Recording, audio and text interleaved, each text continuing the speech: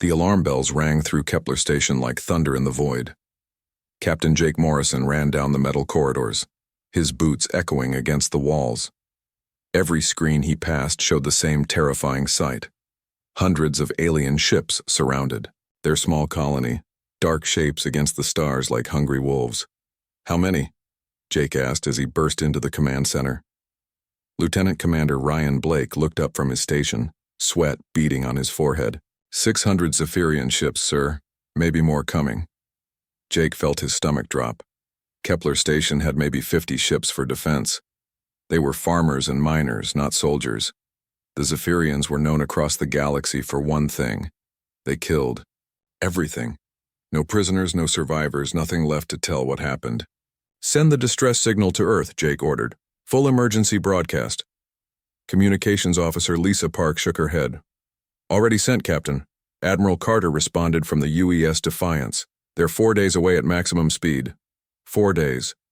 Jake looked at the tactical display again. The Zephyrian ships were moving into attack formation. They looked like giant insects, all sharp angles and glowing eyes. Their hive mind made them perfect killers. One thought, one purpose, one outcome. "Sir," Ryan called out. "They're demanding our surrender. Put them on screen." The main display flickered to life. A Zephyrian commander appeared, its insect face twitching with what might have been excitement. Its voice came through the translator as a series of clicks and buzzes. "Human colony. You will surrender immediately. Resistance will result in total elimination. Your species is weak, your defenses are pathetic. We will add your resources to the collective." Jake stood straighter. "This is Captain Jake Morrison of Kepler Station. We reject your demands. This is human space." The Zephyrian's compound eyes seemed to shine brighter. "Foolish mammals. We have studied your kind. You fight with emotion instead of logic. You value individual lives over collective success. You will be destroyed easily." The connection ended. Jake turned to his officers. Most of them looked scared. Some looked angry. A few looked ready to fight. "Ryan, what's our tactical situation?" Ryan brought up the defense grid on his screen. "We have 37 combat ships, mostly converted cargo vessels. 13 mining platforms with heavy lasers. The station itself has defensive weapons. Sir, we're looking at 12-to-1 odds, minimum." Jake nodded slowly. The smart thing would be to evacuate. Run for the inner systems and hope Earth's fleet could stop the Zephyrians there. But Kepler Station housed 40,000 people. Families, children. They couldn't all escape in time. "There's something else, sir," Ryan said quietly. "I've been analyzing their formation. They're using standard Zephyrian tactics. Complete encirclement, overwhelming force, no escape routes. That's what we expected." "Yes, sir. But they're not accounting for something." Jake raised an eyebrow. "What?" "They think we're going to fight like other species they've conquered. Direct confrontation. Try to match their strength with ours." Jake began to understand. "But we're not going to do that." "No, sir. We're going to fight like humans." The first wave of Zephyrian ships came in fast and aggressive. Their weapons lit up the darkness like deadly fireworks. Jake watched from the command center as his ships responded. But they weren't trying to stop the attack. They were doing something else. "All ships execute Pattern 7, Ryan announced over the comm. The human ships moved in ways that looked random to outside observers. Some retreated quickly, others held their positions. A few actually advanced toward the enemy. It looked like panic. It looked like confusion. The Zephyrians took the bait. Enemy scouts are moving through the gaps in our formation. Tactical Officer Amy Chen reported. 12 ships penetrating our defensive line. "Let them come," Jake said calmly. The Zephyrian scouts pushed deeper into what they saw as broken human defenses. Their hive mind calculated easy victory. They transmitted back to the main fleet that human resistance was collapsing faster than expected. That's when the trap closed. The human ships that had seemed to retreat in panic suddenly turned and fired. But they weren't firing randomly. Every shot was carefully aimed. Every movement was planned. The Zephyrian scouts found themselves in a crossfire from 3 directions. Mining platforms that had seemed defenseless revealed hidden weapons. Cargo ships that looked like easy targets deployed military-grade shields. The space around Kepler Station became a killing field. 11 Zephyrian scout ships died in the first 30 seconds. 1 escaped. "Sir," Amy called out, "we have 1 enemy. Ship retreating. Should I order pursuit?" Jake looked at Ryan. The tactical officer nodded slightly. "No," Jake said. "Let it go." The surviving Zephyrian ship raced back to the main fleet, its pilot's mind flooding the hive consciousness with images of the ambush. The collective experienced the scouts' terror and confusion directly. Humans weren't supposed to fight like this. They weren't supposed to be this organized. "Second wave incoming," Amy announced. 40 ships this time. The pattern repeated. Human ships seemed to fall back in disorder. Gaps appeared in their formation. The Zephyrians saw opportunity and attacked. But the gaps were intentional. The retreat was planned. And when the enemy ships committed to their assault, the humans struck back with devastating precision. This time, 39 Zephyrian ships died. 1 escaped. "Sir?" Communications Officer Park said, her voice puzzled. "I'm monitoring Zephyrian communications. They're confused. Their survivors are reporting things that don't make sense." "What kind of things?" "They're saying we can predict their movements, that we know where they're going before they do. Some are claiming we're reading their minds." Jake allowed himself a small smile. The Zephyrians' hive mind was their greatest strength, but it was also their weakness.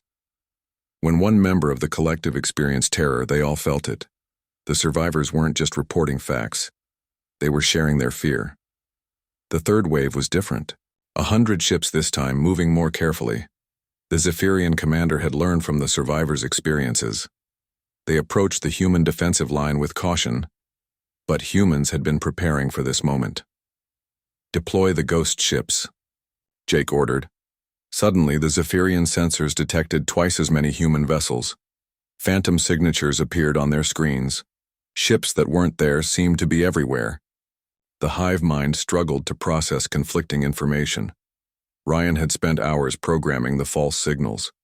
Electronic warfare wasn't something the Zephyrians expected from a farming colony. They were used to simple, direct combat. The confusion lasted just long enough. Human ships struck from unexpected angles. Weapons platforms that the Zephyrians thought were destroyed came back online. The enemy formation broke apart as individual ships tried to engage targets that might not exist. 99 Zephyrian ships were destroyed. 1 escaped.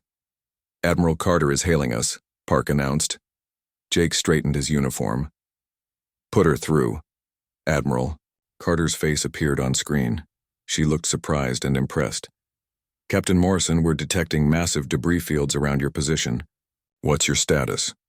"Kepler Station is secure, Admiral. We've engaged 3 Zephyrian assault waves. Enemy forces are retreating." "Retreating? How many ships did you lose?" Jake looked at Ryan, who shook his head. "None, Admiral. Minor damage to 2 mining platforms." Carter's expression shifted from surprise to confusion. "Captain, our sensors show the Zephyrians brought over 600 ships. How did you hold them off?" "We didn't fight them on their terms, Admiral. We fought them on ours." After the call ended, Jake walked to the observation deck. The Zephyrian fleet was indeed retreating, their ships moving away from Kepler Station in obvious defeat. But they weren't running in panic. They were withdrawing in good order, which meant they were planning to come back. Ryan joined him at the window. "Think they'll return?" "Eventually, but not soon. They need to figure out what happened here first. The survivors will tell them." Jake nodded. "That's what we're counting on." Ryan looked confused. "Sir?" "The ships that escaped weren't accidents, Ryan. We let them go. Each one saw something different. Something that doesn't quite make sense when you put all the stories together." "Why?" Jake watched the last Zephyrian ship disappear into hyperspace. "Because sometimes the story of what happened is more powerful than what actually happened. Those survivors are going to tell the collective that humans are dangerous in ways they don't understand. that we can predict their tactics, that we have weapons and strategies they've never seen. But we don't have any of that, don't we? Jake smiled. We have something better. We have their fear, and fear spreads faster than facts. As the stars returned to their peaceful patterns around Kepler Station, Jake wondered if the other human colonies would make the same choice when their time came. Would they understand that sometimes letting one enemy escape was worth more than destroying them all? Only time would tell if humanity's rule of mercy would save them or doom them. Commander Alex Turner sat in the quiet darkness of Earth's Strategic Command Center, watching 12 different battle reports play out on the massive display wall. Each screen showed the same impossible pattern: human colonies under attack. Overwhelming alien forces, devastating defeats for the attackers, and always exactly one enemy ship limping away to tell the story. "Show me New Haven again," Alex said to his aide, Lieutenant Bobby Clark. The screen flickered to show the New Haven colony defense. 3 days ago, the hegemony had attacked with 200 ships. The reptilian warriors were known for their honor codes and ritual combat. They expected formal challenges and ceremonial duels. Instead, they found humans who fought like ghosts. The human defenders used the asteroid field around New Haven like a weapon. They hid behind rocks, struck without warning, and disappeared before the hegemony could respond. When hegemony ships tried to follow human tactics from their ancient war manuals, they found empty space and explosive mines. 199 hegemony ships were destroyed. One escaped. "Sir," Bobby said, reading from his tablet, "I have similar reports from Tau Ceti, Ross 128, and Wolf 359. Different alien species, different tactics, but the same result every time." Alex rubbed his tired eyes. "How many colonies have reported attacks in the past week?" 14, sir. All successful defenses, 0 human military casualties reported." "That's impossible." "Yes, sir. That's what I thought too." Alex stood and walked to the tactical display. Red dots marked each attacked colony. They were spread across 3 different sectors, hundreds of light years apart. No communication between them during the attacks. No coordinated planning possible. "Bobby, pull up the personnel files for each colony's military commander." The young lieutenant worked quickly at his console. "Done, sir." "What are you looking for?" "I want to know if these people knew each other, served together, attended the same academy, something that explains how they all used identical tactics." Bobby scanned through the files. "No common connections, sir.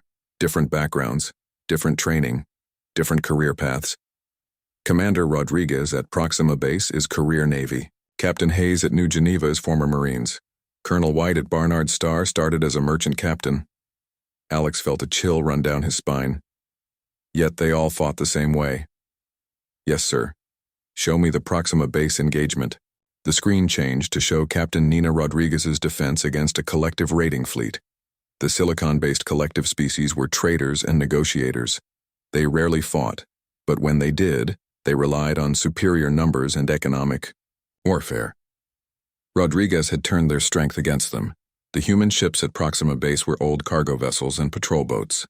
Nothing that should have worried the collective fleet, but Rodriguez used them like pieces in a chess game. Every move looked defensive, even retreating. The collective saw easy targets and pressed their attack. That's when the humans revealed their true strategy. The cargo ships weren't carrying supplies, they were carrying mines, thousands of them. When the collective ships moved into attack position, they found themselves surrounded by floating explosives that activated on proximity. The patrol boats weren't running away. They were herding the enemy ships exactly where the humans wanted them. 47 collective ships died in the minefield. 1 escaped. "Sir," Bobby interrupted. "I'm getting a priority communication from Deep Space Monitoring Station Delta 7. Put it through." The main screen showed Commander Lucas Gray, a weathered man with intelligent eyes. His monitoring station was positioned in empty space between human and alien territories, listening to alien communications. "Commander Turner," Gray said, "I've been monitoring alien chatter for the past week. You need to hear this. Go ahead." The survivors from these attacks are spreading stories that don't match reality. The Zephyrian Collective is claiming humans have mind-reading technology. The hegemony believes we have honorless weapons that strike from impossible distances. The collective thinks we can control space itself. Alex leaned forward. What do you mean, stories that don't match reality? Sir, I've read the actual battle reports from our colonies. They used conventional tactics, just applied very cleverly, but the survivors are describing things that sound like magic. Impossible coordinations. Weapons that shouldn't exist. Humans who fight like they know the future. Fear makes people see things that aren't there. Maybe, sir, but these stories are spreading faster than normal intelligence reports. Every alien species that hears them is changing their behavior. Entire fleets are avoiding human space without any direct threat from us. Alex felt pieces of a puzzle clicking together in his mind. Commander Gray, are you saying the survivors are exaggerating what they experienced? I'm saying their terror is making the stories grow bigger every time they're told, and alien command structures are treating these stories as facts. After ending the communication, Alex turned to Bobby. I want you to contact Dr. Paul Henderson at the Xenopsychology Institute. Tell him I need an emergency consultation. 2 hours later, Dr. Henderson arrived at Strategic Command. He was a thin man with careful eyes who had spent 20 years studying how alien minds worked. Alex showed him the battle reports and survivor testimonies. Fascinating, Henderson said after reviewing everything. These defense patterns suggest someone understands alien psychology better than the aliens understand themselves. What do you mean? Look at how each colony fought. Against the Zephyrians, they used tactics that would create maximum confusion in a hive mind. Against the hegemony, they struck at honor and pride. Against the collective, they turned greed into a trap. Alex studied the reports again. You're saying these weren't random tactics? I'm saying these tactics were specifically chosen to create psychological trauma in each alien species. The humans didn't just win battles. They won in ways that would generate specific types of fear. But how did every colony commander know how to do this? Henderson was quiet for a long moment. They didn't figure it out on their own. What? Commander Turner, there's something I need to show you, but first I need your security clearance level. Alex provided his credentials. Henderson nodded and activated a secure terminal. What I'm about to show you is classified at the highest levels. Most military personnel don't know it exists. The screen displayed a document titled Xenopsychological Warfare Protocols, Eyes Only. This is a comprehensive guide to fighting different alien species, Henderson explained. Not just their military capabilities, but their psychological weaknesses, how their minds work, what terrifies them most, how fear spreads through their social structures. Alex read through the document with growing amazement. It contained detailed profiles of every known alien species, their decision-making processes, their cultural fears, their communication patterns, and most importantly, specific tactical recommendations for fighting each species in ways that would maximize psychological impact. Who wrote this? A joint committee of xenopsychologists, military strategists, and intelligence analysts. It took 15 years to complete. When was it distributed? 6 months ago, to every colony commander, with orders to memorize and destroy. Alex felt everything fall into place. So, every human military officer received identical psychological warfare training. More than that, they received specific instructions on survivor management. Henderson brought up another section of the document. Alex read it with growing disbelief. The one survivor protocol was explained in detail. How to select which enemy ship to allow to escape. How to ensure the survivor experienced maximum psychological trauma.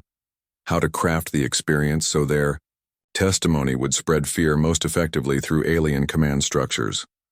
This is why exactly one ship escaped from every battle, Alex said. Yes, and it's why the stories they're telling are having such extreme effects on alien civilizations. Bobby had been listening quietly. Now he spoke up. Sir, if this is true, then our colonies weren't just defending themselves. They were executing a coordinated psychological warfare campaign. Henderson nodded. The most sophisticated terror, operation in galactic history, and it's working beyond our wildest projections. Alex looked at the tactical display again. The red dots marking attacked colonies now looked different. They weren't random targets. They were broadcasting stations, sending carefully crafted messages of fear across the galaxy.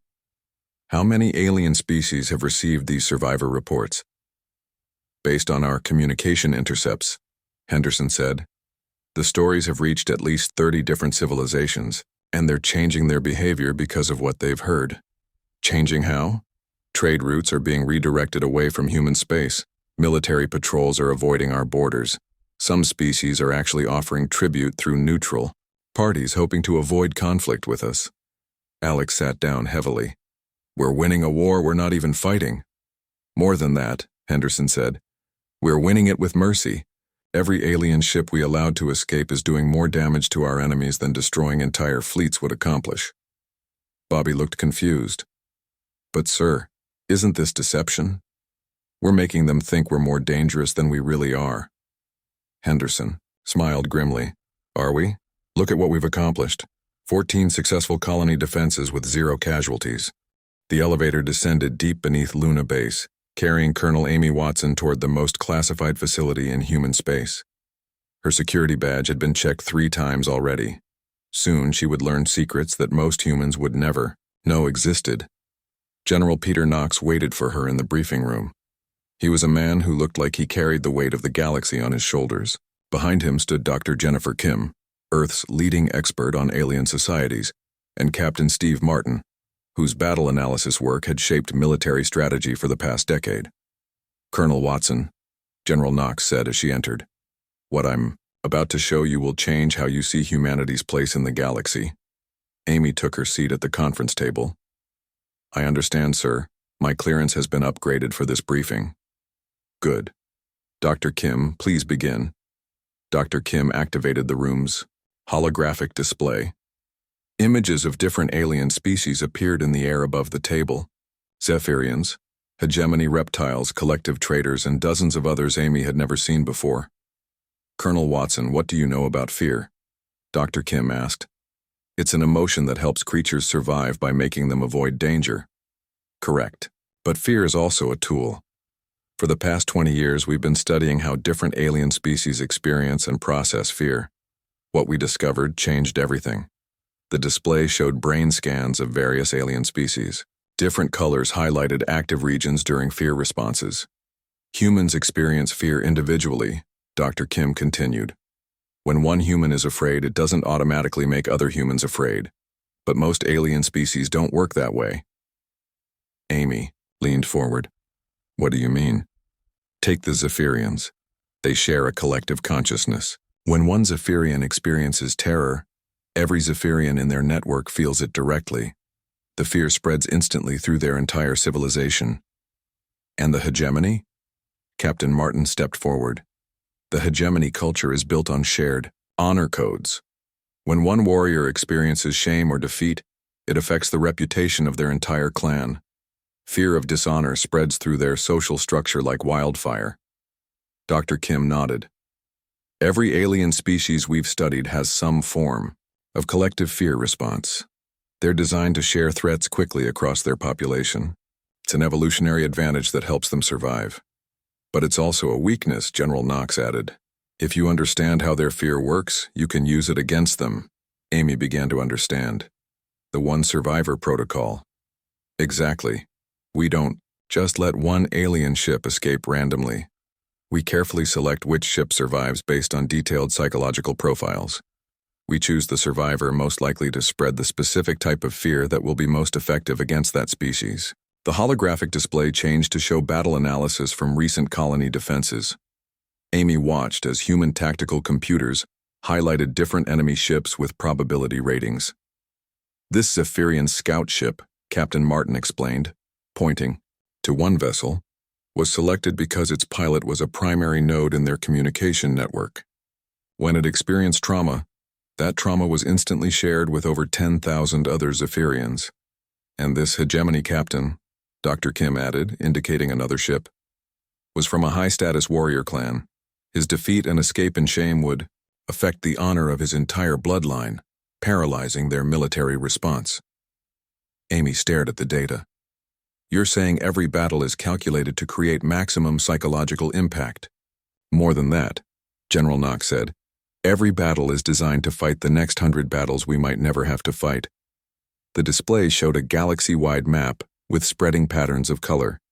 Red zones marked areas where alien species were avoiding human space. Yellow zones showed reduced military activity. Green zones indicated species offering peaceful contact. These are the results of our psychological warfare campaign, Dr. Kim explained. Fear is spreading faster than any military fleet could travel. Entire civilizations are changing their behavior based on stories told by survivors. Amy studied the map. But what if they figure out what we're doing? That's the beautiful part, Captain Martin said. They can't figure it out because they're not designed to think like humans. Their collective psychology makes them vulnerable to precisely the tactics we're using. General Knox walked to the display controls. Let me show you something that will illustrate the full scope of our strategy. The hologram changed to show a detailed analysis of alien communication patterns. Lines connected different species, showing how information flowed between civilizations. We've mapped the entire galactic information network, Knox explained. We know which species talk to which others. We know how stories change as they spread. We know which aliens are most likely to believe survivor reports and which are most likely to share them. Amy saw connections spreading across the galaxy, like a spider web. You're not just targeting individual species. You're targeting their entire communication network. Correct. When we select a survivor, we're not just thinking about their own species. We're thinking about which other species will hear their story and how they'll react to it. Dr. Kim brought up specific examples. This Zephyrian survivors report reached the hegemony through neutral traders. The hegemony interpreted the story through their own cultural lens, making it even more frightening to them than it was to the Zephyrians. And this collective survivors account was passed to the Synthesis Commonwealth, Captain Martin added. The Commonwealth's analytical nature meant they spent months trying to understand human tactics that don't actually exist, wasting resources on phantom threats. Amy felt overwhelmed by the complexity. How long have you been developing this strategy? 30 years, General Knox answered. We started gathering xenopsychological data the moment we made first contact with alien species.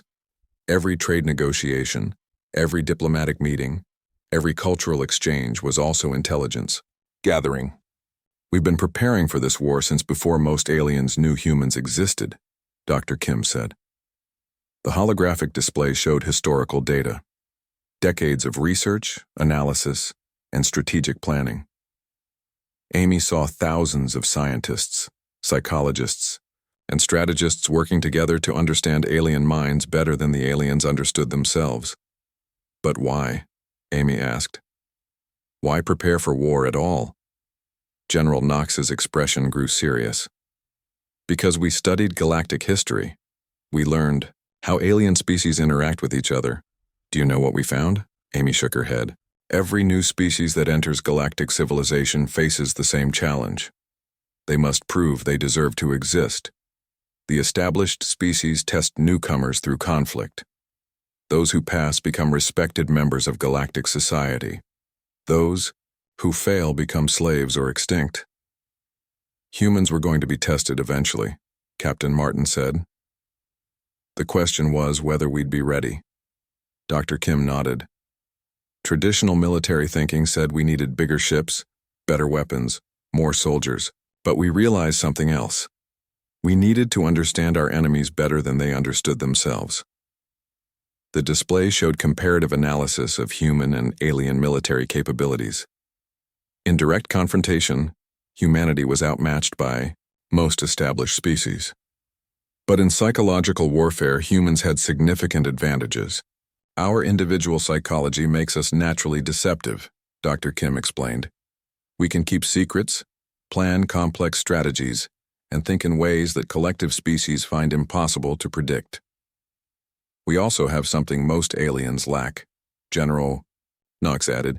We have imagination. We can visualize scenarios that have never happened and prepare for them. Most alien species can only react to threats they've experienced before. Amy looked at the data streaming across the holographic display. Battle reports, psychological profiles, strategic assessments, all building toward one conclusion. You're saying humanity has been fighting a galactic war for 30 years, and most humans don't even know it. We've been preparing to fight it, Knox corrected. The actual fighting only started 6 months ago when we began implementing the One Survivor protocol. And we're winning, Captain Martin said. Not just individual battles, but the entire strategic landscape. Alien species are reorganizing their thinking around the threat of human capabilities. Dr. Kim brought up the latest intelligence reports. Some species are beginning to worship humans as gods of war. Others are considering us demons to be avoided at all costs. A few are trying to understand us well enough to become allies. All from letting survivors escape, Amy said, still amazed.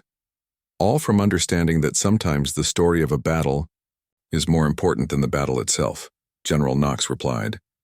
The briefing room fell quiet as Amy absorbed everything she had learned. Humanity wasn't just defending its colonies. It was reshaping galactic civilization through carefully crafted psychological manipulation. What happens next? She asked. General Knox smiled grimly. Next, we find out how the galaxy reacts when some of them start to figure out what we've been doing. Amy felt a chill. And if they don't like it, then we'll discover whether our psychological warfare is enough to win a real war. The holographic display showed one final image, a map of the galaxy with human space at the center, surrounded by circles of influence spreading outward like ripples in a pond. The age of human mercy has begun, Dr. Kim said softly. The question is whether the galaxy will learn to live with it. The Zephyrian homeworld buzzed with a fear that had never existed before. In the great hive chambers deep beneath the planet's surface, thousands of drones connected their minds to the collective consciousness. But instead of the usual harmony, chaos filled their shared thoughts.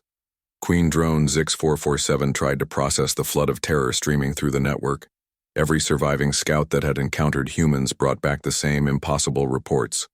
Humans who fought like they could see the future. Weapons that appeared from empty space. Tactics that made no sense yet somehow worked perfectly. Analysis Unit Theta 9. Zix-447 commanded through the collective link. Explain the human combat patterns. The response came back fractured and confused. Unknown variables detected. Human coordination exceeds hive mind efficiency. Possible telepathic capabilities. Recommended action. Complete avoidance of human space. But that recommendation conflicted with reports from other analysis units. Some suggested immediate attack before humans became stronger. Others proposed surrender. The collective consciousness that had always provided clear guidance now offered only contradiction and fear. Across the galaxy, Commander Lucas Gray sat in his monitoring station, listening to the chaos unfolding in alien communications. His equipment picked up Zephyrian broadcasts filled with panic, hegemony military transmissions that spoke of honor lost, and collective trade networks rerouting around human space. Incredible, Lucas muttered as he recorded another transmission. The fear is spreading faster than we predicted. He opened a secure channel to Earth Command. Admiral Karen White, this is Deep Space Monitoring Station Delta 7. You need to hear this. Admiral White appeared on his screen, her expression serious. What do you have for me, Commander?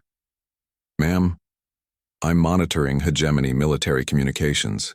Their entire warrior caste is in crisis. The survivors from their attack on New Haven have told stories that are destroying their honor-based society. Lucas played the intercepted transmissions. Reptilian voices spoke in their harsh language, but the computer provided translations. The humans fought without honor, one hegemony commander reported. They struck from shadows like cowards, yet their victory was complete. How can dishonor defeat honor? How can weakness overcome strength? Our ancestors' teachings say nothing about enemies like this, another voice replied. Perhaps the old ways are wrong. Perhaps honor itself is meaningless. Admiral White listened with growing amazement. They're questioning their entire culture. Yes, ma'am, and it gets worse. Some hegemony clans are declaring blood feuds against other clans, blaming them for the shame of defeat. Their military is fracturing from within. On the hegemony homeworld, war leader Sisketh stood before the Council of Clans, his scales dark with shame. Behind him, holographic displays showed the wreckage of his fleet at New Haven. Only his command ship had escaped, carrying him and his disgrace back home. "Speak, Sisketh," commanded Elder Rask. "Tell the council how 200 ships fell to human farmers." Sisketh's voice cracked as he began his report. "Honorable elders, the humans fight like demons. They do not challenge properly. They hide and strike and vanish. When we followed the ancient combat forms, they ignored them. When we offered single combat, they laughed." Young war leader Tessisk hissed in anger. "You speak of cowardice, yet you alone survived. Where is your honor in running while your warriors died?" "I did not run," Sisketh protested. "They let me leave. The humans could have destroyed my ship easily, but they chose to spare me. Why show mercy to an enemy?" The council chambers erupted in confusion. Mercy was not unknown to the hegemony, but mercy shown by a victor to demonstrate superiority was an insult worse than death. "They mock us," Elder Rask declared. "They defeat our warriors and then show pity as if we were children." Meanwhile, Admiral Karen White read the latest intelligence reports in her Earth office. Similar patterns were emerging across multiple alien civilizations.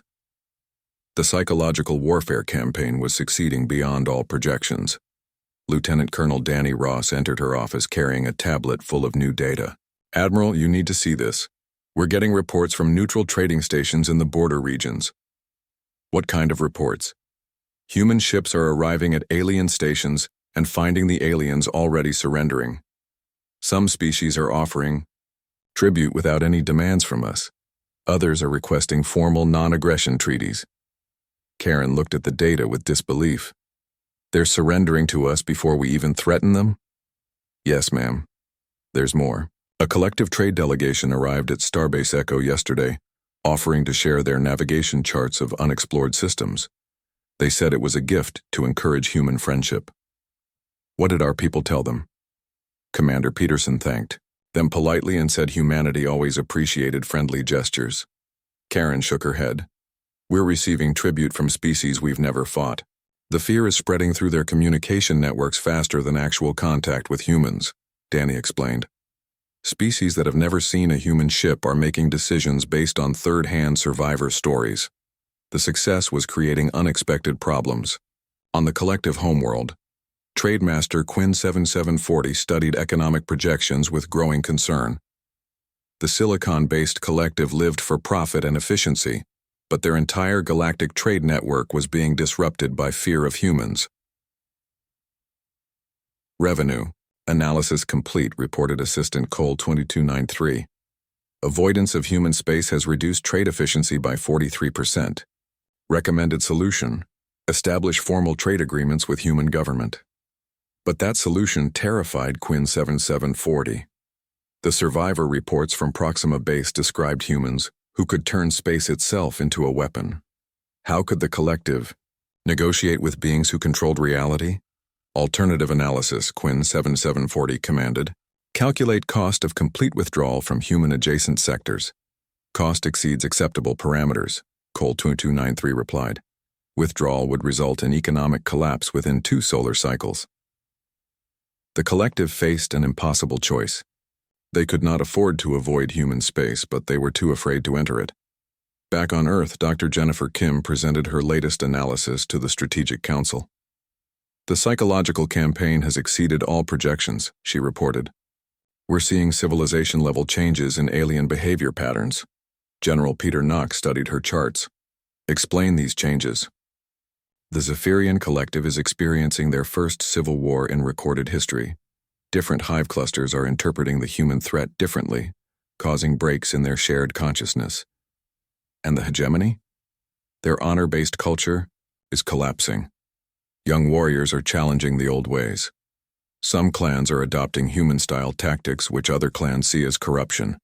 They're fighting each other more than they're fighting anyone else." Captain Steve Martin added his own. Observations. The collective is restructuring their entire economy around the assumption that humans control large areas of space. They're avoiding profitable trade routes and accepting massive losses rather than risk encountering us. Knox nodded slowly. What about species we haven't directly engaged? That's where it gets interesting, Dr. Kim replied. The Synthesis Commonwealth has gone into full research mode, trying to understand human capabilities. They've assigned their best scientists to study us, but they're trying to understand technology that doesn't exist. And the crystal entities? They've declared all human space to be zones of incomprehensible danger and marked it off limits to their exploration fleets. General Knox walked to the strategic display showing the galaxy. Large sections were now colored differently, indicating changed alien behavior patterns. Dr. Kim, in your professional opinion, how long can we maintain this psychological advantage? Unknown, sir. Some species might eventually figure out what we're doing, but others are so locked into their fear responses that they might never recover their original confidence. What happens if they do figure it out? Dr. Kim hesitated. If they realize we've been deliberately manipulating their psychology, some species might become even more afraid of us. Others might become angry enough to unite against us. Captain Martin looked troubled. Sir, there's something else. Some species are beginning to consider desperate measures, such as the Zephyrian War faction is discussing the use of planet-killer weapons. They believe humans are too dangerous to be allowed to exist. And the hegemony death clans? They're talking about honor-suicide attacks. If they're going to die anyway, they want to take humans with them. The room fell silent as everyone absorbed this information. The psychological warfare campaign had been too successful. Some alien species were so terrified that they were considering extinction-level responses. General Knox made his decision. Gentlemen, ladies, I think it's time for the next phase of our strategy. Which is? Dr. Kim asked. We tell them the truth. Everyone stared at him in surprise. Sir? Captain Martin said. We've proven that humans can win through psychological warfare. Now we need to prove that humans can also choose peace. It's time to reveal our capabilities to the Galactic Council. Dr. Kim looked concerned. That's extremely risky, sir. If we show them how we've been manipulating them, then we'll find out whether they respect our intelligence or hate us for our deception. Knox finished. The Galactic Council chambers had never seen anything like this before. Representatives from 47 different species filled the massive amphitheater, their various forms creating a rainbow of alien life. But today, all eyes focused on the single human figure standing at the center podium. Ambassador Helen Price looked calm as she faced the assembled representatives, but inside she felt the weight of humanity's future resting on her words. Behind her, a holographic display waited to reveal secrets that would change galactic civilization forever. Honored delegates, Helen began, her voice carrying clearly through the chamber's translation systems. I come before you today to discuss the recent military actions involving human colonies and various member species. A ripple of nervous movement passed through the audience. The Zephyrian delegates' compound eyes twitched rapidly. The hegemony representative's scales darkened with remembered shame. The collective speaker's crystalline form pulsed with agitation. Many of you have received reports from survivors of these engagements, Helen continued. Reports that describe human military capabilities as impossible, supernatural, or beyond current understanding. Elder Vex of the Synthesis Commonwealth spoke first. Ambassador Price, our analysis suggests humans possess technology far beyond what your species has previously demonstrated. How do you explain this advancement? Helen smiled slightly. With respect, Elder Vex, your analysis is incorrect. We have not developed any new technology. The chamber erupted in confused chatter. Representatives whispered urgently to their aides. The Zephyrian delegate's voice cut through the noise. Impossible. Our survivors witnessed humans predicting our movements with perfect accuracy. They saw weapons that appeared from empty space. They experienced coordination that exceeds hive mind efficiency. All of that is true, Helen replied calmly. Your survivors did experience exactly what they reported. But they did not experience advanced technology. She activated the holographic display. The chamber filled with three-dimensional images of recent battles, showing tactical movements and weapon deployments. What your survivors experienced was superior strategy based on superior understanding. General Frank Adams stepped forward to join Helen at the podium. His presence caused another stir among the delegates. Many of them recognized him from intelligence files as one of humanity's most decorated military leaders. Delegates, Frank said, I am here to explain exactly how human forces achieved victory in every engagement with minimal casualties. The display showed the battle at Kepler station in precise detail. Every ship movement, every weapon firing, every tactical decision was laid out clearly. Our forces did not predict Zephyrian movements through technology, Frank explained. We predicted them through psychology. We studied your species for 30 years. We know how hive minds make decisions. We know your tactical preferences. We know your weaknesses. The Zephyrian delegate rose from his seat. You speak of studying us. When did this study occur? Every time our species interacted, Helen answered. Every trade negotiation, every diplomatic meeting, every cultural exchange was also intelligence gathering. We learned how your minds work. Dr. Jennifer Kim joined them at the podium. Her appearance caused recognition among several delegates, who knew her reputation as a xenopsychologist. For 3 decades, Jennifer said, humanity has been building psychological profiles of every known alien species. We understand your decision-making processes, your cultural fears, and your social structures better than you understand them yourselves. The display changed to show detailed psychological maps of different alien species, brain patterns, social networks, communication flows. The depth of human knowledge was staggering. This is why our tactics seemed supernatural, Frank continued. We fought each species using strategies specifically designed to exploit your psychological vulnerabilities. Elder Vex leaned forward. Are you claiming that human victories were achieved through manipulation? Yes, Helen said simply. Every battle was psychological warfare disguised as conventional combat. The chamber fell silent. The implications of this revelation rippled through the assembled minds in different ways. Some species felt anger at being deceived. Others felt fear at human intelligence. A few felt admiration for the sophistication of the strategy. War leader Sisketh of the hegemony stood slowly. You deliberately shamed our warriors. You could have killed us with honor, but instead you chose to humiliate us. We chose to minimize casualties while achieving our objectives, Frank replied. Your definition of honor required unnecessary deaths. Our definition of victory did not.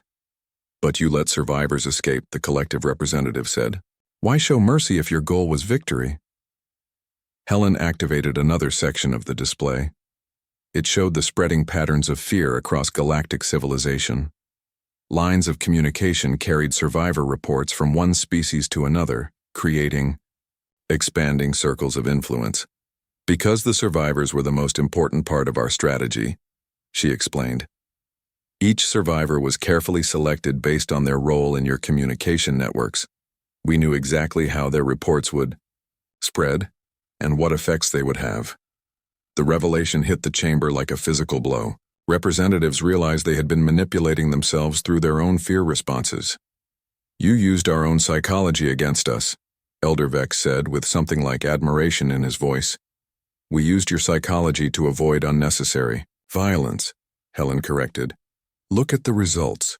The display showed a galaxy-wide analysis, reduced military conflicts, increased peaceful contact, trade routes opening through previously contested space. Despite the psychological manipulation, the overall result was greater peace and prosperity. Your fear of human capabilities prevented dozens of potential wars, Jennifer explained. Species that might have fought each other instead focused on the perceived human threat. Conflicts that would have cost millions of lives were avoided entirely. The Zephyrian delegate's voice buzzed with confusion. But why reveal this now? Why tell us the truth when the deception was working? General Adams stepped forward. Because some species were becoming so afraid that they were considering desperate measures, planet-killer weapons, extinction-level attacks. We realized that fear alone was not enough to create lasting peace. So what do you propose instead? Asked War Leader Sisketh. Helen looked around the chamber, meeting the eyes of representatives from dozens of worlds. We propose that you make a choice. Now that you know the truth about human capabilities, you can decide how to respond. What are our options? Elder Vex asked. You can try to fight us, Frank said, knowing that we understand your psychology better than you do, knowing that we can predict your strategies and counter them effectively. You can avoid us, Jennifer added, continuing to live in fear of capabilities you now know are based on intelligence rather than technology. Or, Helen concluded, you can work with us, learn from our methods, apply our understanding of psychology to reduce conflicts throughout the galaxy. The chamber buzzed with conversation as representatives discussed this proposal. Helen waited patiently, knowing that each species would process the information differently. The collective speaker was first to respond. You offer to share your psychological insights with other species. We offer to create a new model of galactic civilization, Helen replied. One based on understanding rather than force. One where conflicts are resolved through intelligence rather than violence. And if we refuse? The Zephyrian delegate asked. Then you will discover whether psychological warfare is our only advantage, Frank said quietly. The threat was subtle, but clear. Humanity had revealed one layer of their capabilities. The implication was that deeper layers remained hidden. Elder Vex stood slowly. The Synthesis Commonwealth has spent months trying to understand human technology that does not exist. We have learned more about the power of psychological analysis in this one session than in decades of research. He paused, looking around. The chamber. The Commonwealth votes to accept the human proposal for cooperation. One by one, other delegates began to speak. The trading species saw economic opportunities in reduced conflict. The explorer species recognized the value of human, psychological insights for first contact situations. Even some military species admitted that understanding enemies was more valuable than simply fighting them. But not all responses were positive. Some hegemony clans spoke of honor debts that could only be paid in blood. Certain Zephyrian factions declared humans too dangerous to coexist with. A few isolationist species announced their intention to withdraw from galactic civilization entirely. As the session ended, Helen realized that humanity had achieved something unprecedented. They had voluntarily revealed their greatest strategic advantage and offered to share it with potential enemies. The response would determine whether humans became trusted partners in galactic civilization or targets for coordinated retaliation. Captain Jake Morrison, now promoted to Admiral, watched the Council proceedings from his command ship orbiting the neutral station. Around him, mixed crews of humans and aliens worked together, the first examples of the cooperation Helen had proposed. Think, it will work? Asked his collective liaison, a crystalline being named Quinn 7751.